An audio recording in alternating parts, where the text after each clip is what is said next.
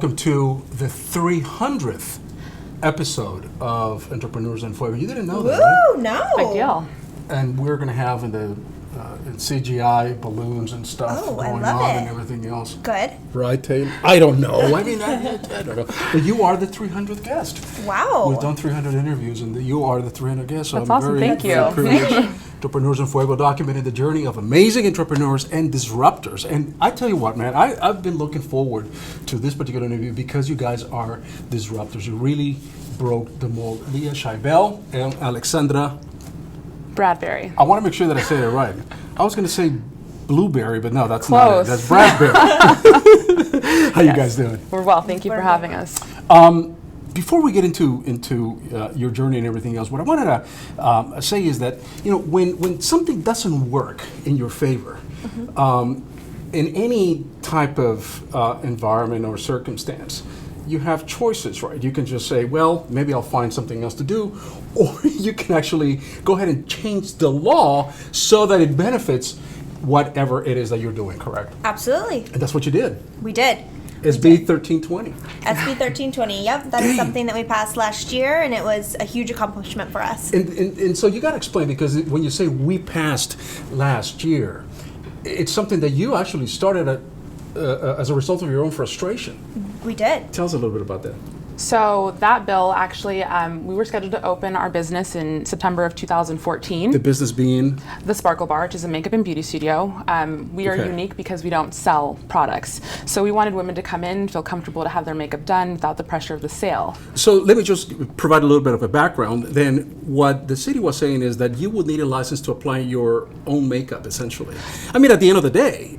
Right, so for us to apply makeup to customers was against the law. However, in the retail environment, when you're doing it for the purpose of sale or demonstration for the purpose of sale, it's allowed. So the second you step outside of that environment to sell based on your own skill and ability, it becomes a problem. So let me get this straight. So you would have walked into Macy's or any other place, and you see all those ladies applying makeup, and that's perfectly okay.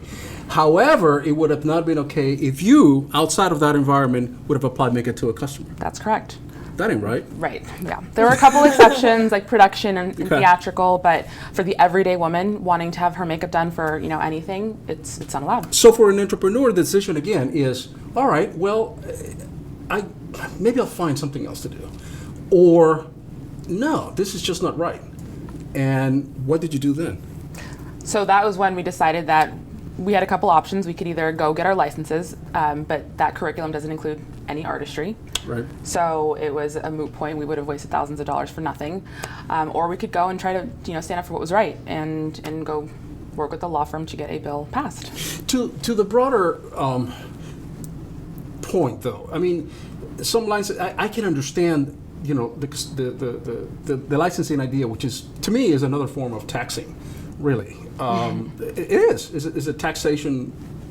Unnecessary regulation. And unnecessary regulation in many instances. And I can understand protecting the public and all that stuff. But on the other hand, it kind of hinders the creativity and the entrance of smaller entrepreneurs into different markets. And it might, in fact, discourage innovation and the young entrepreneur to going into an industry where you would think it's unnecessary to go and get all these licenses, because it doesn't really do what you folks were doing. Right. Absolutely. So we were something that wasn't available to the women in the public at all. She couldn't go get her makeup done without having to go to the department store or having an artist come to her.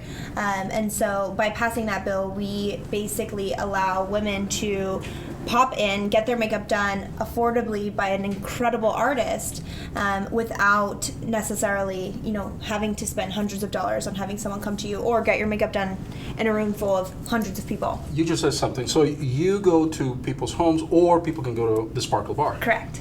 Yep, absolutely. So if there's a woman who's planning a party and she's very, very busy, she's trying to arrange the cake and invite visitors into her home, that's the last thing that we think of, is making ourselves, putting ourselves together and putting our best foot forward.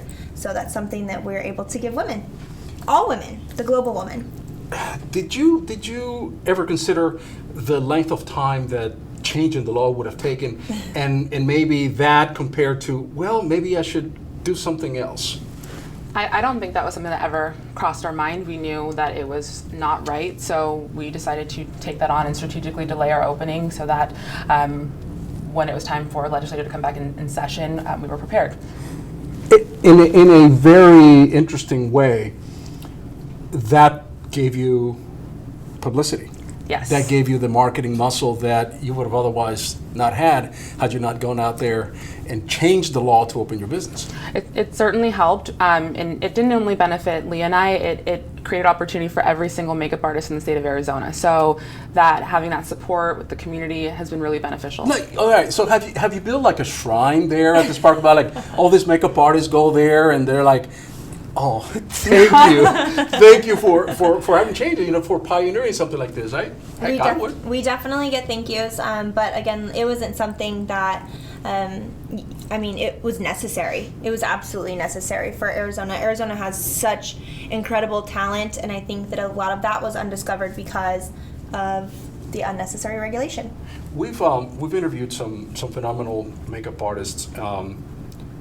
Leiah Pettis comes to mind. Absolutely. Yeah, she's a wonderful lady, and she was talking about her own frustrations Right. without necessarily naming names. But this is a show we can name names because whatever. Yeah, it's only absolutely. only 1 million people. So it doesn't matter. But anyway, so I can see where you represented the frustration of a larger majority. Right. And without knowing really the power of what you were doing, you went ahead and did it because it was just the right thing. Absolutely. Definitely. I don't know that we knew what we were getting into when we first started this endeavor. It was definitely challenging to go It was just the right thing to do. But it was the right thing to do. So we took the challenge head on, and I think that it's really helped us to grow our business, and we've been really successful thus far. So we're really proud of who we've been able to help and what we've been able to do for ourselves. In your business, what have you found, aside from the legislation stuff, which of course you already broke that through, what have you found to be the biggest challenge thus far? I would say that the biggest challenge is really just getting our name out there. This is something Marketing. Yeah, absolutely. This is something that's brand new to, our area in Arizona. And so it's just a matter of letting people know and educating them that this is a new service that they need. Every woman can use it. It can be the mom who's at home with her 2-year-old. Alex and I both have toddlers. And so maybe she's just been at home for weeks in her yoga pants and she needs that extra kick. Maybe there's a date night. It doesn't necessarily have to be for weddings or I'm going to a baby shower. It can really be for anything. And every single mom, regardless of age or anything like that. And not just moms Right. too. It's like the professional women. Absolutely. We are for every woman. So, and we know the value of what looking good can do for you. So when you're entering that big meeting or you have to do a big presentation, it's important to look and feel your best. So we essentially sell confidence in making women feel empowered to go do what they're set out to do for that day. Awesome. And then, you are the 300th interviews, the 300th guest, which is an incredible honor. I think I have a gift for you. No, I guess I don't. We've got no budget in this thing. We're going to have to find some sponsors. But the gift is in the mail. Oh, thank you. Right. We'll look forward to it. We're here. This is the gift. It is. Here's the thing, right? What kind of background did you have before you decided to go into this business? Were you with corporate America at some point and then you decided to kind of make the transition? Or how did it happen that there's this entrepreneurship flame that, drives you? Yeah, definitely. I would say that I had been in the industry, cosmetic and beauty industry, for about 15 years. And so, Alex and I were the perfect pair. She can tell you a little bit about her background, but we both have a very deep sales background.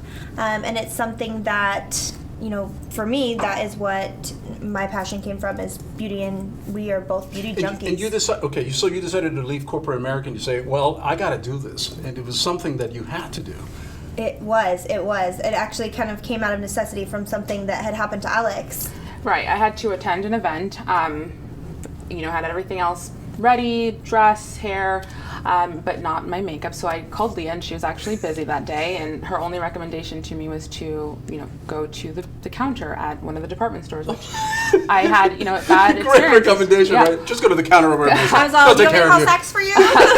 because there's no other place for women to go. So we knew that we had to create a place where women could go, regardless of age, skin tone, type, texture, and feel comfortable stepping into an environment, knowing that the application that they were going to get was best for them, not because someone was trying to sell you something. So that's when we came up with the idea and got the ball rolling there. And then you realize, wait a minute, even if we wanted to do it, there's this huge obstacle called you can't do it by law.